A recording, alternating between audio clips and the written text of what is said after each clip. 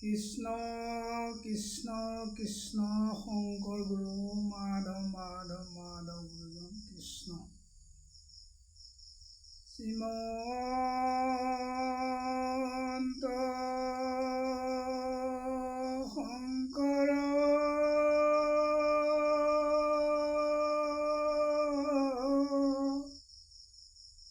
হৰি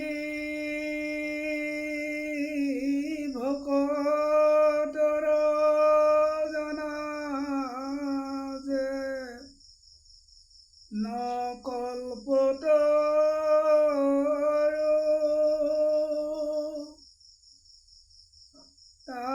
তান্ত বিনাই নাই নাই নাই আমাৰ পৰম গুৰু ৰাম আমাৰ পৰম গুৰু কৃষ্ণ কৃষ্ণ শংকৰ গুৰু মাধৱ মাধৱ মাধৱ গুৰুজন কৃষ্ণ কৃষ্ণ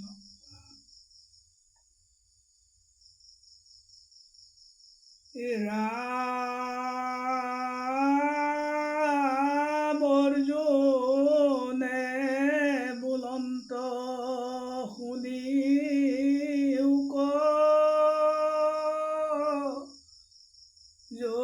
যদুপতি বোলা মোক পাইলে তেবে তাৰ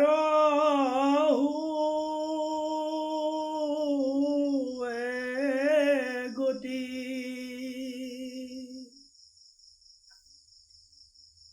যিকালত পুৰুষে থাকয় নিন্দা যাই তোমাত আশ্ৰয় বিষয়ত চেষ্টা নাই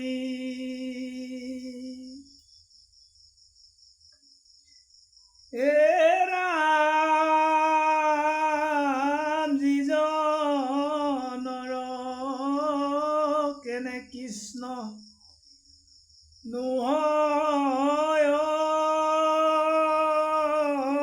মুকুতে নিন্দা এৰি নানা বিষয়ত হুৱে ৰতি আৰ মহাপলয় হুয় যি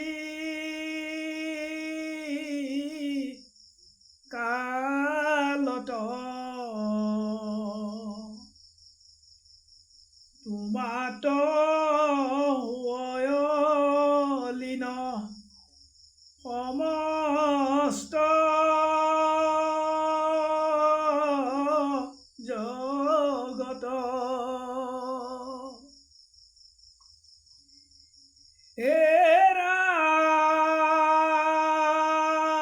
ৰাম স্বভাৱতে পুনু তিনি গুণে সম বিষয়ক এৰি ইন্দি হুৱে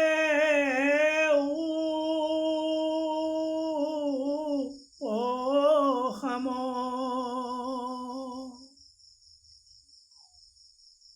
তব অংশ জীৱ যত আত্মা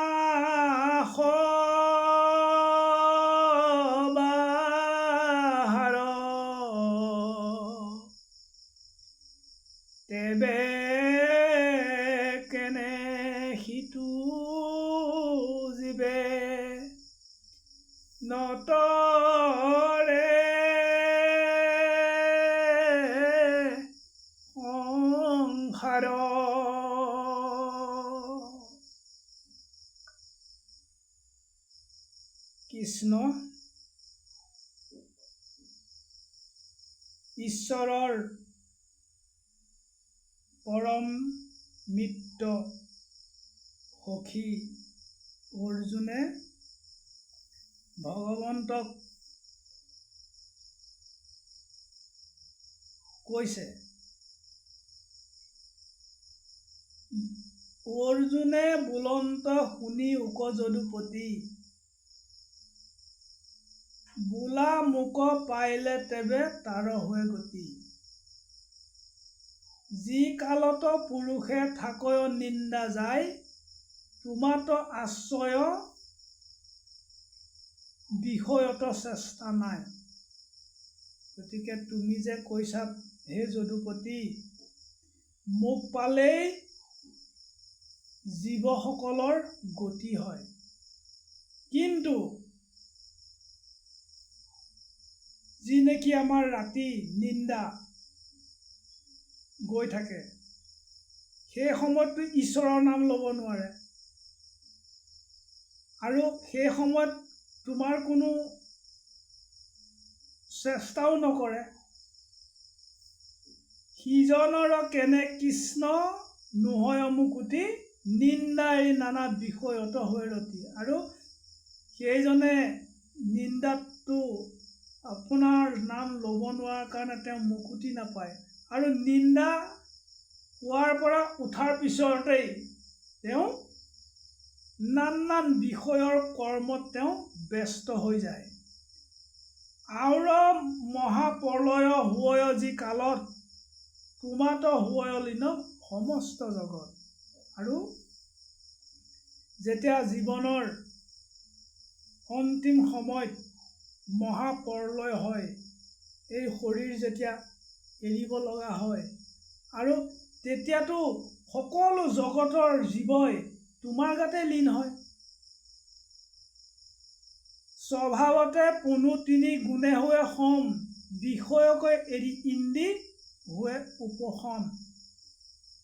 তব অংশ জীৱ যত আত্মা সবাহাৰ, তবে কেনে সিটো জীৱে নতৰে সংসাৰ।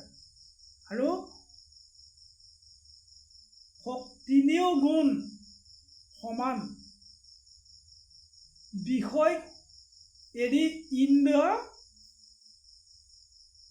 থাকিব নোৱাৰে, বিষয়ৰ কৰ্মত ইন্দ্ৰিয়সমূহ ব্যস্ত হৈ থাকে। আৰু তব অংশ জীৱ যত আত্মা সবাহাৰ, তোমাৰেই অংশ যিমান জীৱ সকলোৰে, কিন্তু তবে কেনে সিটো জীৱে নতৰে সংসাৰ, তেতিয়াহ'লে সেইসকলে এই সংসাৰৰ পৰা কিয় মুক্তি তৰিব নোৱাৰে। এই প্ৰশ্নকেইটা যেতিয়া অৰ্জুনে কৃষ্ণক সুধিছে, আৰু এই কেইটা প্ৰশ্নৰ উত্তৰ দিবলৈ প্ৰভু ভগৱন্তই আগবাঢ়িছে। কৃষ্ণে বোলে জীৱ অংশ জগতে প্ৰসিদ্ধ, অবিদ্যা মোহিত কাৰহু বন্ধ।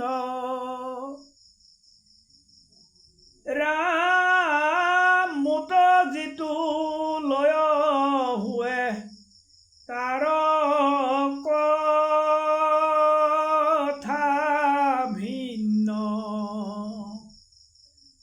সকামী সংসাৰী প্ৰকৃতত হুৱে লীন। অবিদ্যা মোহিত হয় যত চৰাচৰ, সবে গুছে থাকে তাৰ বাসনা কৰ্মৰ অব্যক্ত তথাপি জীৱ কোনো ব্যক্ত হয়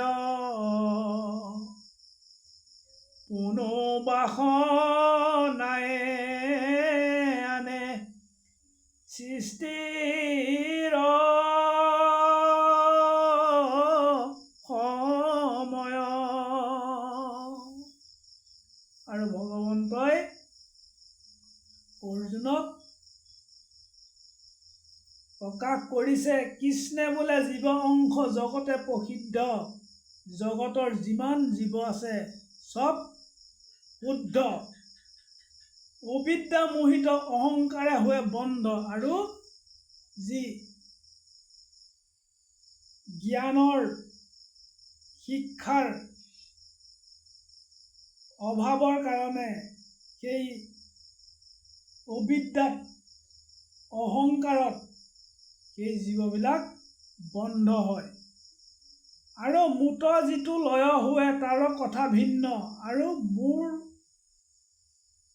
গাত মোৰ শৰীৰত যিটো লীন হয় সেইটোৰ কথাটো বেলেগ সকামী সংস্কাৰী প্ৰকৃতিত হোৱে লীন আৰু সকামী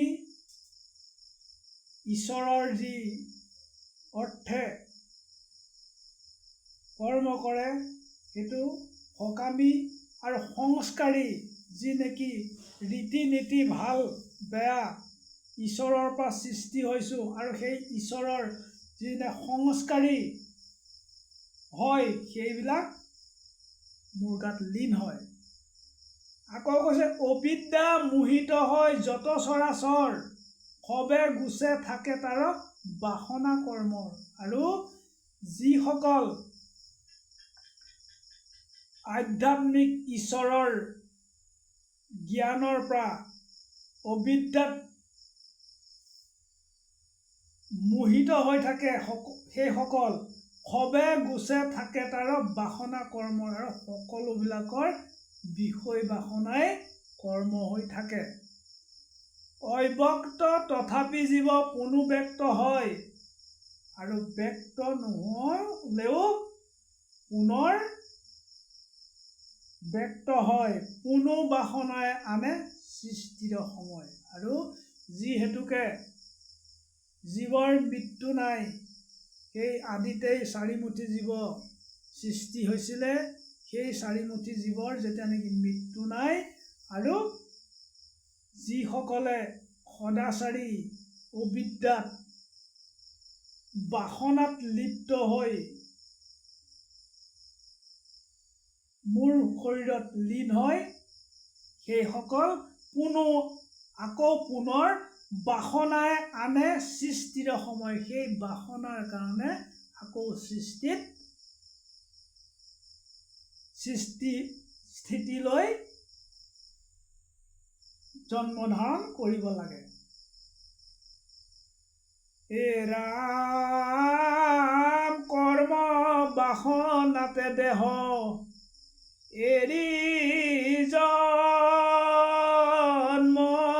ধৰে ইন্দ্ৰি সবে টানি নেই পূৰ্বৰ সংস্কাৰে যেন পুষ্প গন্ধ লগে থাকে সৰ্বদায়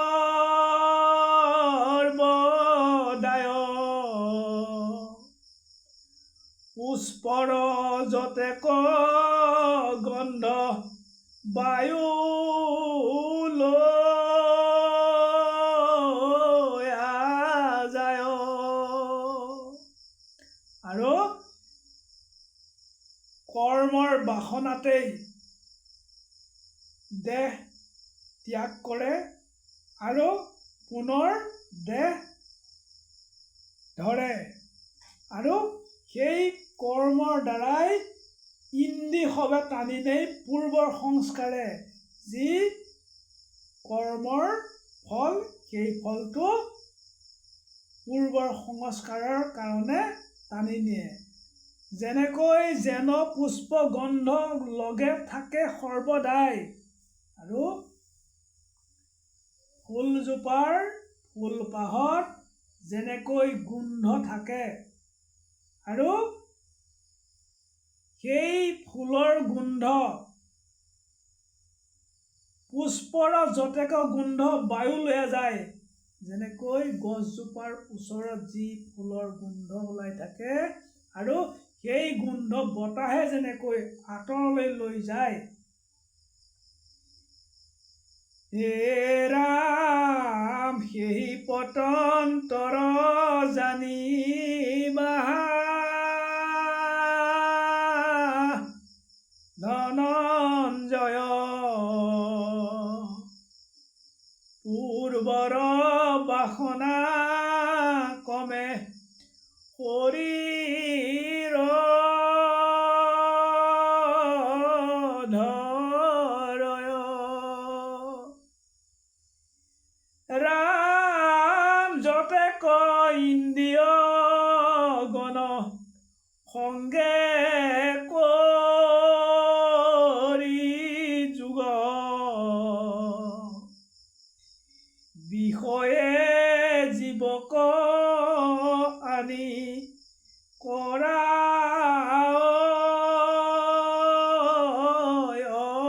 ভোগ। আৰু যেনেকৈ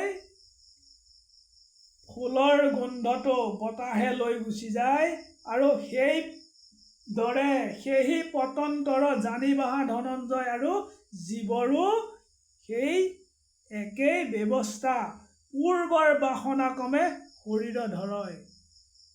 গতিকে ভাল কৰ্ম কৰিলে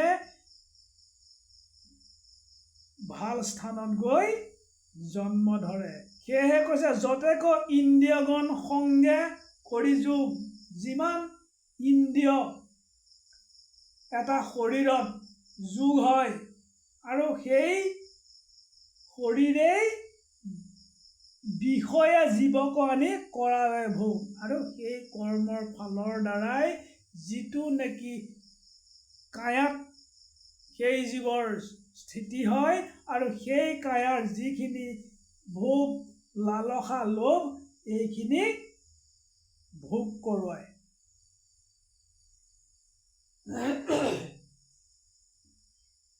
কৃষ্ণে বোলে যদি হেন বোলা ধনঞ্জয়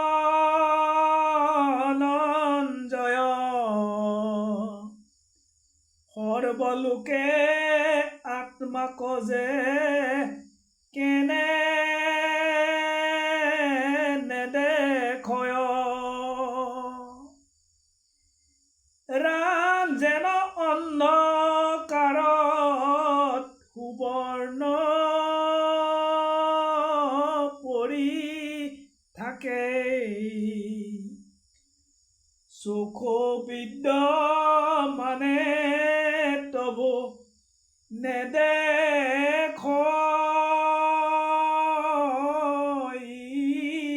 লোকে। আৰু কৃষ্ণই অৰ্জুনক কৈছে, কৃষ্ণে বোলে যদি হেন বোলা ধনঞ্জয়, হে অৰ্জুন ধনঞ্জয় তুমি যদি এনেকৈ কোৱা সৰ্বলোকে আত্মাক যে কেনে নেদেখয়, সকলোৱেনো আত্মাক কিয় নেদেখে।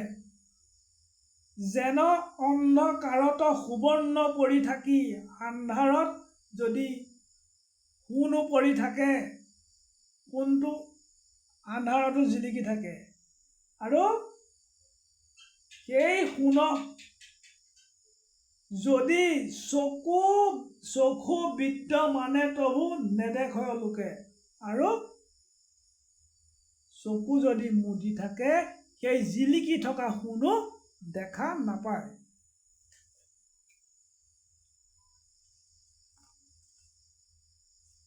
হে ৰাম কৰ্মবশে মূঢ় আমি ৰজতম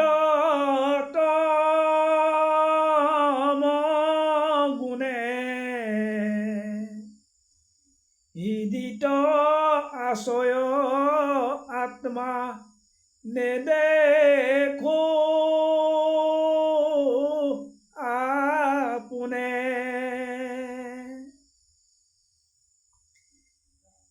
যেতিক্ষণে চাহে নিয়া প্ৰদীপ লগাই বস্তুক পাৱয় অন্ধকাৰ দূৰে যাই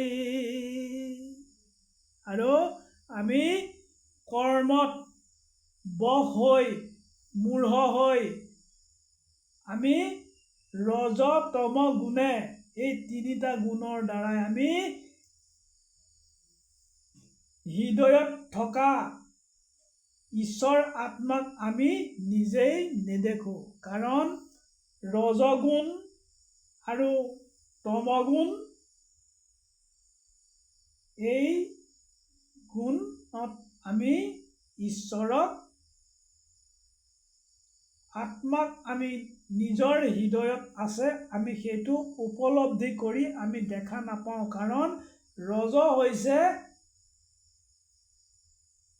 দাম্ভিক গুণ আৰু দাম্ভিক থাকিলে দম্ভ অহংকাৰ থাকিলে ঈশ্বৰৰ আত্মাক আমি হৃদয়ত কোনো কাৰণতে দেখা নাপাওঁ যেতিক্ষণে চাহে নিয়া প্ৰদীপ লগাই আৰু যেতিয়া আন্ধাৰৰ জেগালৈ এটি পোহৰ লগাই নিব বস্তুক পাৱয় আন্ধাৰ দূৰে যায় আৰু তেতিয়াহে আমি সেই পোহৰৰ দ্বাৰাই আন্ধাৰত থকা বস্তুটো আমি পাম ভক্তি জ্ঞানে যত্ন কৰি চিন্তে যিটো জন জ্ঞান চখে দেখো সিটো চৈধ্য ভুৱন ৰাম মই কদাচিতো তাক নকৰো ত্যাগ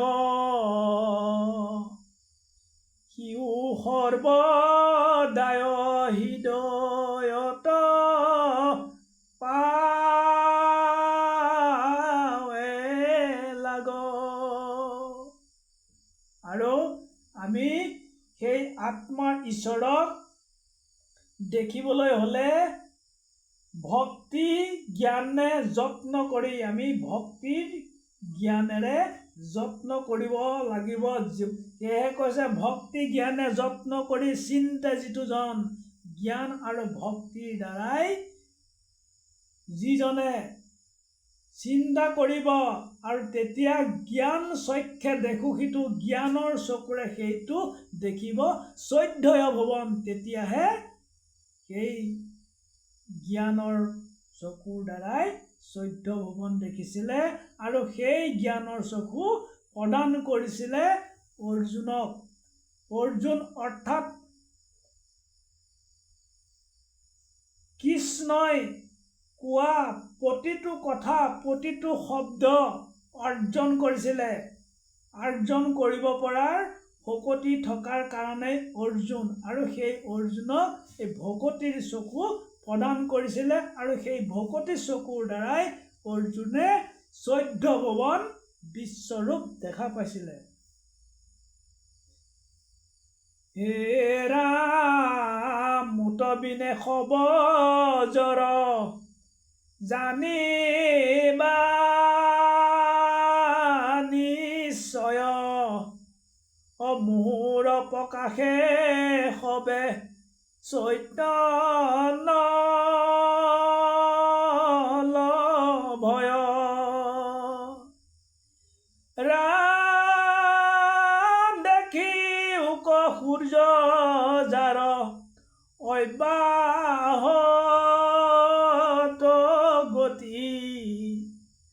তাৰ তেজে বিশ্বখান কৰয় দীপিতি। ৰাতি ভৈলে যত লোক হবে অন্ধ হয়,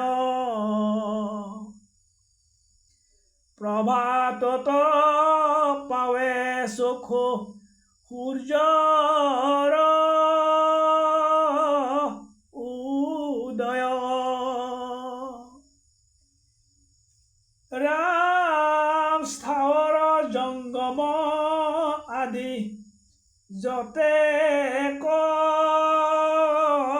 সংসাৰ, মূৰ বল লেখ পাইবা পৃথিৱ হে ভাৰ। আৰু ভগৱন্তই এই অৰ্জুনক কৈছে, মুত বিনে সব জ্বৰ জানিবা নিশ্চয়, মোৰ বাহিৰে সকলো জ্বৰ এডাল শুকান খৰিৰ নিচিনা, মুহুৰ প্ৰকাশে সবে চৈতন্য লভয়, আৰু মোৰ পৰশ পালেহে জীৱিত হয়। চোৱা দেখিও ক সূৰ্য যাৰ অব্যাহত গতি, আৰু সূৰ্যৰ সকলো সময়তেই ওলাই থাকে, কাৰণ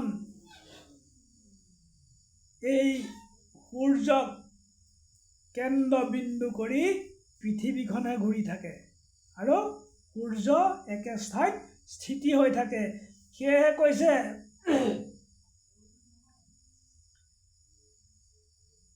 দেখিও ক সূৰ্য যাৰ অব্যাহত গতি, তাৰ তেজে বিশ্বখান কৰয় দীপিতি। যেতিয়া সূৰ্য ওলাই থাকে গোটেই পৃথিৱীখন দেখিবলৈ ধুনীয়া হৈ থাকে, আৰু ৰাতি ভৰিলে যত লোক সবে অন্ধ হয়, আৰু ৰাতি হলে সকলো বস্তু অন্ধ হৈ যায়, অন্ধকাৰ হৈ যায়, আৰু প্ৰভাতত পাৱে চক্ষু সূৰ্যৰ উদয়, আৰু ৰাতিপুৱালে চকুৰে সূৰ্যৰ পোহৰৰ দ্বাৰাই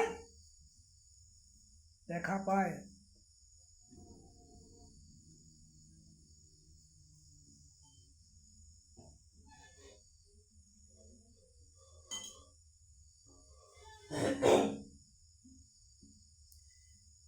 হে ৰাম যত ধান্য বন আছে, লতা গুল্ম তৰু, চন্দ্ৰৰূপে ৰস দিয়া তাক পুষ্ট কৰো, মূৰ তেজ লয়া প্ৰকাশন্ত বৈখানৰ, সমস্তকে তিল মাত্ৰে দহে নিৰন্তৰ।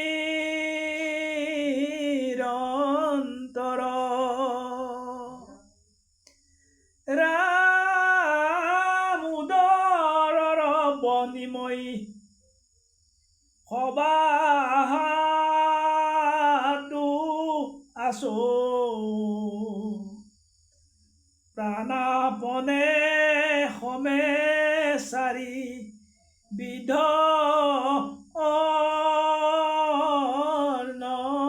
পশু, শৈব চৈষ লেহ পেয় চাৰিবিধ অন্ন, খাইতে আতি চাদ মিলে সন্তোষিত মন। আৰু ভগৱন্তই অৰ্জুনৰ আগত গৃহতত্ত্ব প্ৰকাশ কৰি আছে, যত ধান্য বন আছে লতা গুল্ম তৰু। পৃথিৱীত যিমান ধান বননি লতা আছে, চন্দ্ৰৰূপে ৰস দিয়া তাক পুষ্ট কৰোৱাই সকলোকে মই। যেনেকৈ চন্দ্ৰৰ পোহৰটো বৰ ৰসাল, সূৰ্যৰ পোহৰটো তেজাল, সেয়েহে শংকৰ মাধৱক চন্দ্ৰ সূৰ্যৰ লগত তুলনা কৰিছে। মাধৱৰ সেয়েহে চন্দ্ৰৰ যি সুকিৰণৰ ৰস, সেই ৰসটো দ্বাৰাই মই সকলো পুষ্পক মই পুষ্ট কৰোঁ। আৰু মূৰত তেজলয়া প্ৰকাশন্ত বৈখানৰ, সমস্তকে তিল মাত্ৰে দহে নিৰন্তৰ। আৰু মোৰ তেজেৰে সকলো প্ৰকাশ হয় আৰু সমস্তকে মই তিল মাত্ৰকে নিৰন্তৰ নিশেষ কৰোঁ। উদৰৰ বহনি মই সবাহাতো আছো। উদৰত যি জুই আছে মোৰ, সেই জুই প্ৰাণাপণে সমে চাৰিবিধ অন্ন পশু। আৰু সেই হৃদয়ত থকা মোৰ যি ব্ৰহ্মী, সকলো মনুষ্যৰ সকলো জীৱৰ যিহেতু নেকি সেই ব্ৰহ্মী জুই গৰ্ভত ঈশ্বৰে সৃষ্টি কৰি ৰাখিছে। আৰু সেই তাপৰ দ্বাৰাই আমি যি চাৰিবিধ অন্ন খাওঁ, সেই সকলোবিধ অন্ন তাত সিদ্ধ কৰে। সেই চাৰিবিধ খাদ্য হৈছে চাব্য, চুবোৱা, শস্য, শুহি খোৱা, লেহ, পেহ। এই চাৰিবিধ অন্ন খাইতে আতি স্বাদ মিলে। এই চাৰিবিধ অন্ন খাবলৈ বৰ সোৱাদ লাগে আমাৰ মন। সেয়েহে কৈছে চাৰিবিধ অন্নৰ যে কহিব নিৰ্ণয়, যাৰ যেন প্ৰকাৰ শুনিও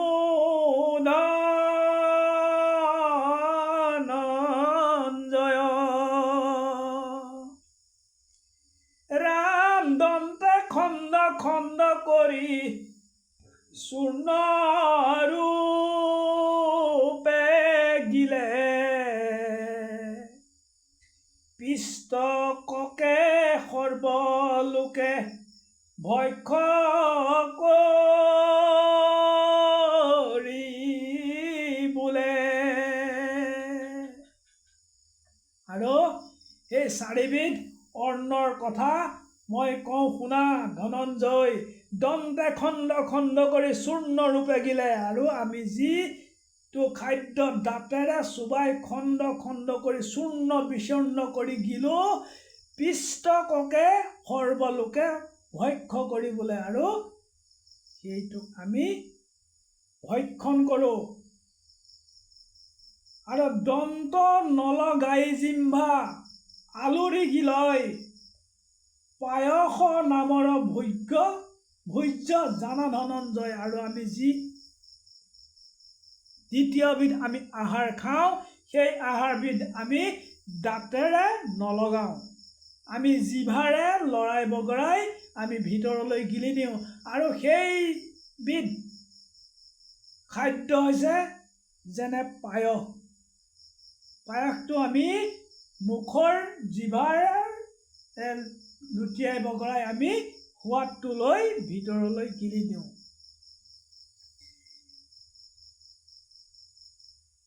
কেৱল জিভাত দিয়া লেহি মাত্ৰ খায়ে,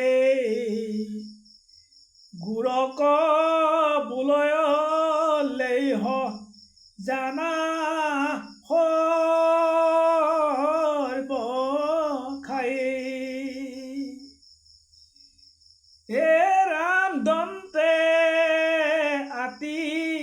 সলৱে চুবা কৰে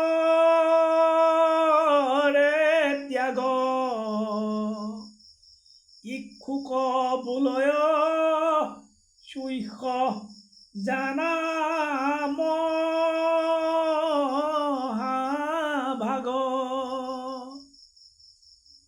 সমস্ত লোকৰ হৃদি মই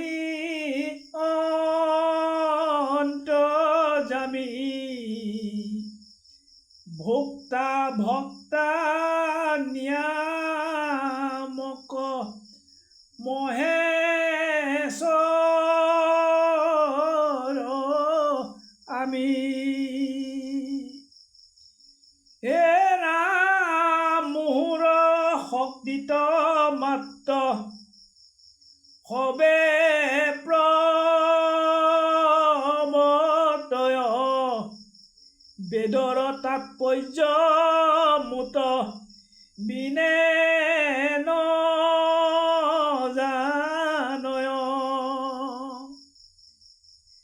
মই হেতু বিষয় ইন্দ্ৰিয় ভোগ হয় বেদান্ত জ্ঞানীৰ গুৰু মুত প্ৰৱৰ্তয় হে ৰাম সকল জগত মই এহি দিলো সীমা এবে শুনিওক মোৰ স্থানৰ মহিমা দুগুটা স্বৰূপ কহোঁ যাৰ যেন মত খৰ যে অক্ষৰ বুলি প্ৰসিদ্ধ লোকত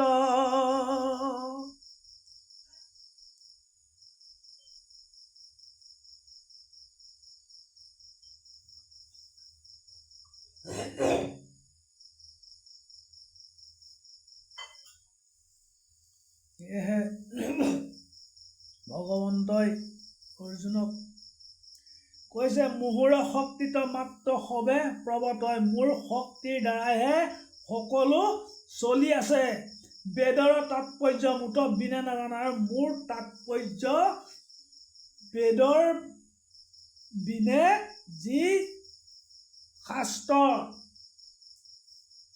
পঢ়ি তদন জ্ঞান বিজ্ঞান তদন ৰহস্য পাইছে সেই বেদান্তহে বাহিৰে মোৰ অন্ত কোনেও নাপায় কাৰণ মই সেইটো বিষয় ইন্দ্ৰিয় ভোগ হয় আৰু মোৰ কাৰণেহে বিষয়বিলাকৰ আমি ইমান লোভত আমি যি ভোগ কৰিছোঁ সেয়ে মই সেইটো মোৰ কাৰণে বিষয় ইন্দ্ৰিয় ভোগ হয় বিষয়ৰ ইন্দ্ৰিয়বিলাক ভোগ পায় বেদান্ত জ্ঞানীৰ গুৰু মুক্ত প্ৰৱৰ্তয় আৰু বেদান্তৰ জ্ঞানীসকল গুৰুসকল মোৰ দ্বাৰাহে প্ৰৱৰ্তন হয় সেয়ে সকলো জগত মই এহি দিলোঁ সীমা সকলো গোটেই জগতৰ তোমাক মই সীমাটো দিলোঁ কাৰণ মোৰ বাহিৰে এই জগতত চৈতন্য কোনো নাই মোৰ বাহিৰে ময়ে চৈতন্য সেয়েহে মই সমস্ত জগতৰ এহি দিলোঁ সীমা এয়াই তোমাক সীমা দিলোঁ এবে শুনিওক মোৰ স্থানৰ মহিমা আৰু এতিয়া মই কওঁ মোৰনো স্থান ক'ত সেই স্থানৰ মহিমা কওঁ শুনা দুগুটা স্বৰূপ কহোঁ যাৰ যেন মত খৰ যে অক্ষৰ বুলি প্ৰসিদ্ধ লোকত আৰু মই তোমাক দুটা স্বৰূপ কাহিনী কওঁ যাক বুলি খৰ হিত জীৱ জগতৰে দেহক আশ্ৰয়ে সিও ফল ভোগ কৰে।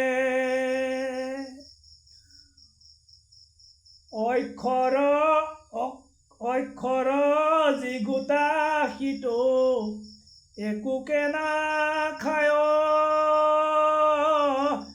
স্বভাৱত দস্তা সিটো যেন সাক্ষী পায়। কুটস্থ বোলয় তাক বিকাৰ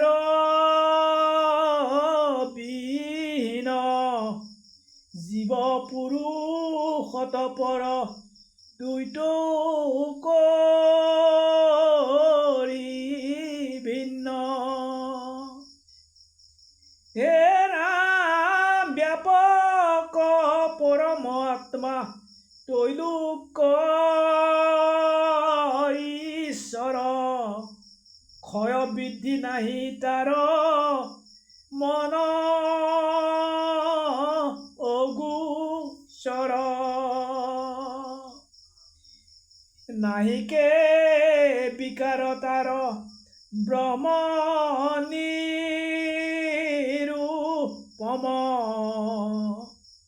এতেকে সে বেদে বোলে পুৰুষ উত্তম। ৰাম তোমাত কহিলো সখী এমত প্ৰকাৰ, এই মত বুদ্ধি নিষ্ঠা হুয় যাহাৰ,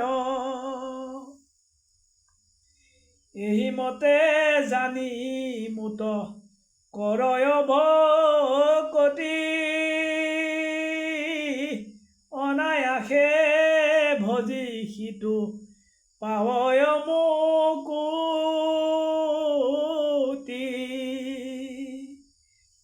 হে ৰাম সফল জনম যাৰ প্ৰজ্ঞা প্ৰতিষ্ঠিত, সেয়ে সৰ্বজ্ঞ আতি পৰম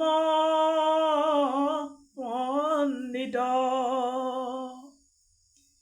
ৰাম সেয়ে কৰিলা সব পুৰুষয় উদ্ধাৰ, সিও ভৈলা মূৰময়ী তাৰে অধিকাৰ।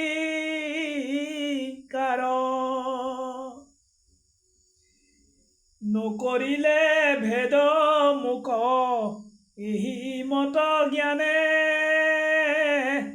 পুৰুষ উত্তম বুলি মুক মাত্ৰ জানে।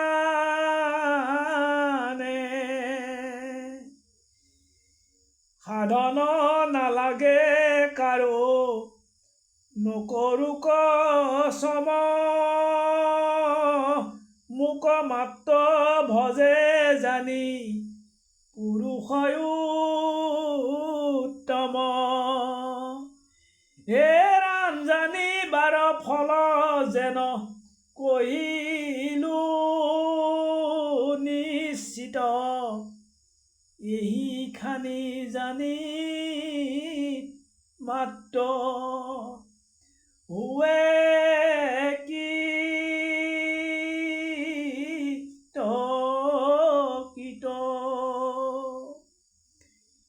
এ ভগৱন্তই অৰ্জুনক ভকতিৰ সকলোখিনি তত্ত্ব প্ৰকাশ কৰিছে। সেয়ে কৈছে, এই মতে জানি মুত কৰয় ভকতি, এইখিনি যদি জানি লৈ ঈশ্বৰেই সৰ্বস্ব, ঈশ্বৰৰ বাহিৰে আৰু কোনো নাই, আৰু সেই যদি ভাৱনাৰে এই মতে জানি মুত কৰয় ভকতি, এনেধৰণে যদি জানি মোক ভকতি কৰে, অনায়াসে ভজি সিটো পাৱয় মুকুতি, আৰু সেইজনে মোক ভজনা কৰি মুকুতি পায়। সফল জনম যাৰ প্ৰজ্ঞা প্ৰতিষ্ঠিত, সেয়েহে সৰ্বজ্ঞ আতি পৰম পণ্ডিত, আৰু সকলো খিনি জানি প্ৰতিজ্ঞাবদ্ধ হৈ যদি মোক ভজনা কৰে সেইজনেই পৰম পণ্ডিত।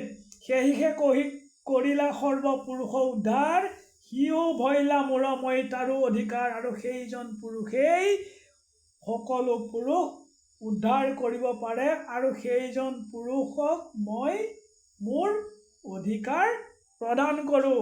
সেয়েহে কৈছে নকৰিলে ভেদ মূৰ মোক এই মত জ্ঞানে, পুৰুষ উত্তম বুলি মোক মাত্ৰ জানে। আৰু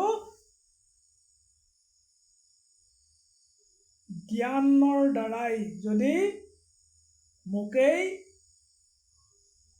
ভগৱন্ত পুৰুষ উত্তম বুলি ভাবে, সেয়ে কৈছে পুৰুষ উত্তম বুলি মোক মাত্ৰ জানে। মোক যদি জানে সাধন নালাগে কৰোঁ নকৰোঁ শ্ৰম, মোক মাত্ৰ ভজে জানি পুৰুষ উত্তম। আৰু সেইজনেই মোক পুৰুষ উত্তম বুলি ভজনা কৰে।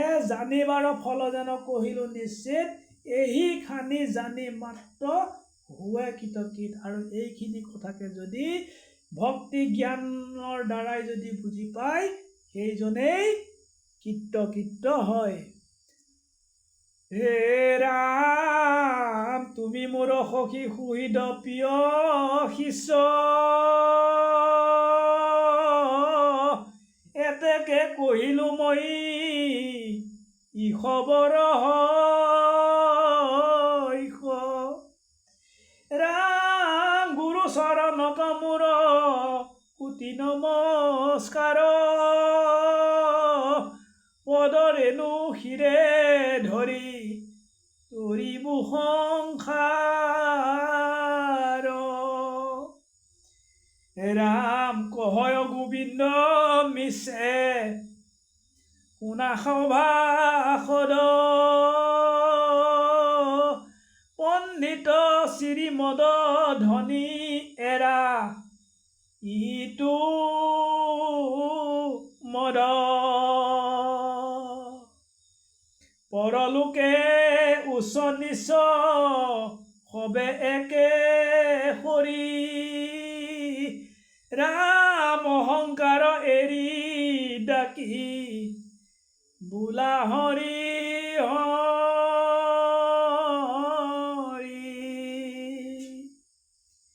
হে ৰাম অহংকাৰ এৰি ডাকি বোলা হৰি হৰি।